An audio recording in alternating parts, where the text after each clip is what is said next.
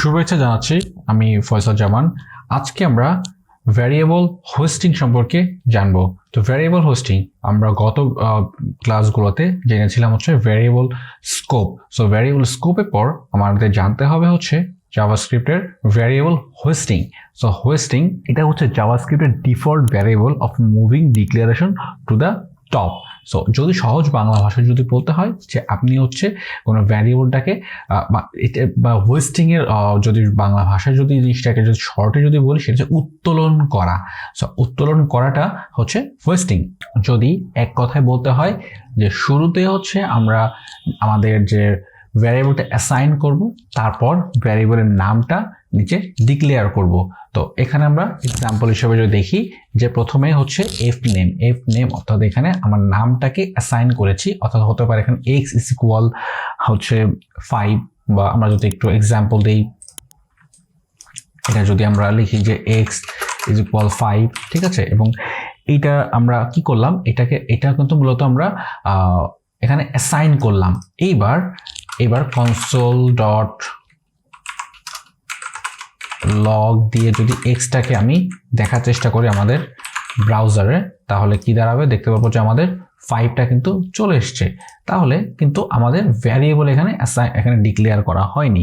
So এখানে আমরা variable declare করার জন্য এবার জাস্ট এখানে চলে যাব, যে এখানে আপনারা var অথবা let ইউজ করে আপনি আপনার যে ভ্যারিয়েবলটা এখানে এক্সটাকে এখানে ডিক্লেয়ার করে দিলেন। তাহলে এবার যদি রিফ্রেশ করি, এখানে দেখতে পাবো যে নামটা ঠিকই এখানে চলে আসছে, এখানে কোনো এরর আসেনি। কারণ এটা এরর আসবে না, কারণ হচ্ছে এইটা এইভাবে হোস্টিং করা যায়, ঠিক আছে। আপনি এইভাবে চিন্তা করতে পারেন যে জাভাস্ক্রিপ্টের শুরুতে হচ্ছে আমাদের এই কোডটাকে এক ঝলক দেখে নেয়, এবং দেখার পরে সে দেখে নেয় যে ভ্যারিয়েবলটা হচ্ছে এক্স নিচে ডিক্লেয়ার করা হয়েছে এবং উপরে অ্যাসাইন করা হয়েছে। ও এই জিনিসটা উপরে চলে গিয়েছে, অর্থাৎ হোস্টিং হয়েছে। হোস্টিং হয়ে দেন হচ্ছে দেখছে যে ও এখানে অ্যাসাইন করা যে মানটা এটার একটা ভ্যালু, এটা একটা ভ্যারিয়েবল আছে যেটা নিচে ডিক্লেয়ার করা হয়েছে, কিন্তু ও হোস্টিং এর মাধ্যমে এটা উপরে চলে গেছে, যার কারণে হোস্টিংটাকে উত্তোলন করা হয়, এই জিনিসটার অর্থে ব্যবহার করা হয়। কিন্তু হোস্টিং মূলত হচ্ছে জাভাস্ক্রিপ্টের আগে অ্যাসাইন করা হয় আর পরবর্তীতে ডিক্লেয়ার করা হয়।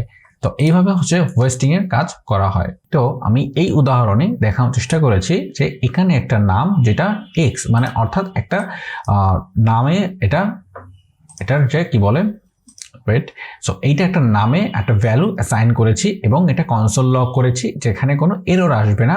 এখানে আমরা পরবর্তীতে আমরা ভ্যারিয়েবলটা ডিক্লেয়ার করে দিয়েছি। তার মানে জাভাস্ক্রিপ্ট এসে আগে আমার এই ভ্যারিয়েবলটা ও একবার রিড করেছে এবং ও জানে এবং বুঝতে পারছে যে এখানে যে ভ্যারিয়েবলটার এখানে যে নামটা এটা অলরেডি অ্যাসাইন করে ফেলেছে উপরেই। সো এটা হোস্টিং এর মাধ্যমেই উপরে গিয়ে জাস্ট অ্যাসাইন হয়েছে, কিন্তু জাভাস্ক্রিপ্ট বুঝে নিয়েছে যে ও একটা ভ্যারিয়েবল নিচে আছে। তো জাভাস্ক্রিপ্ট এই জিনিসগুলো হচ্ছে ও বুঝে নেয়, এবং যার কারণে জাভাস্ক্রিপ্টটা শেখা একটু সহজ।